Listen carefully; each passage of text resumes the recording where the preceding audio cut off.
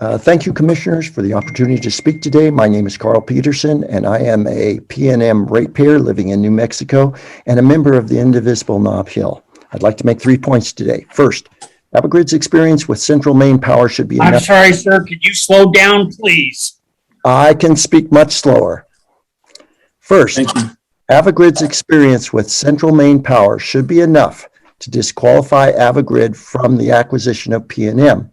Their customer service is abysmal. The reliability of their network is disgusting, going from one of the best in the nation to one of the worst after the Avangrid acquisition, and their rate structure is one of the highest in the U.S. But this deal is not about renewables, jobs, power company performance, charity work contributions, or the environment. It's about debt. And this is my second point. PNM has known for the last 20 years the value of their company is in the transmission lines, and they have failed to invest in renewable generation. Instead, they have invested 80% of their power portfolio in the two most expensive forms of power in the United States today, nuclear and coal. Recently, PNM was told by the NM Supreme Court that this strategy was found to be imprudent. This placed PNM management in the difficult position of having to recognize the imprudence of their historic investment strategy and a potential loss of shareholder value, as well as personal PNM equity that they might hold. PNM needed to find a buyer for their only viable asset, the transmission network. Thus, enter Avangrid, a company which is offering to pay $8.3 billion for PNM, a company capitalized at only $4.15 billion. That means that $4.15 billion goes to the shareholders plus an incentive payment Avangrid will make of 10% on the value of the stock. This means that, roughly speaking, Avangrid is going to get cash back on this deal of $3.6 billion in the form of a loan. They are using the good faith and credit of New Mexico to finance this loan.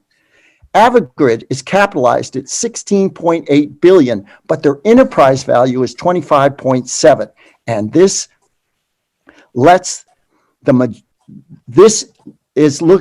look at the majority owner of Avangrid, Iberdrola.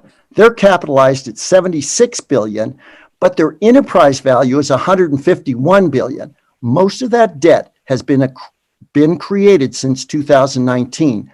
The sole purpose of this deal is the creation of collateralized debt. This is a replay of the economic disaster of 2008, but instead of houses, it's connected to electrical power transmission, and the ratepayers of New Mexico are going to be on the hook for its repayment at some point in the future. Ask yourself what happens when the interest rates rise and Iberdrola is faced with being unable to service this debt. Who will pay the enormous debt that Iberdrola has acquired? So my third point is that the PRC needs to be able to answer 4 questions. Who owns Avangrid? Iberdrola admits to only owning 81.5%. How would Iberdrola debt be controlled by the PRC without local control? Who in New Mexico has been paid by Iberdrola or their agents? And last, and possibly the most interesting, how much of Iberdrola debt in the past has been directly converted to renewable generation hardware? Lenin said, there comes a time that the capitalists will vie with each other for the rope contract.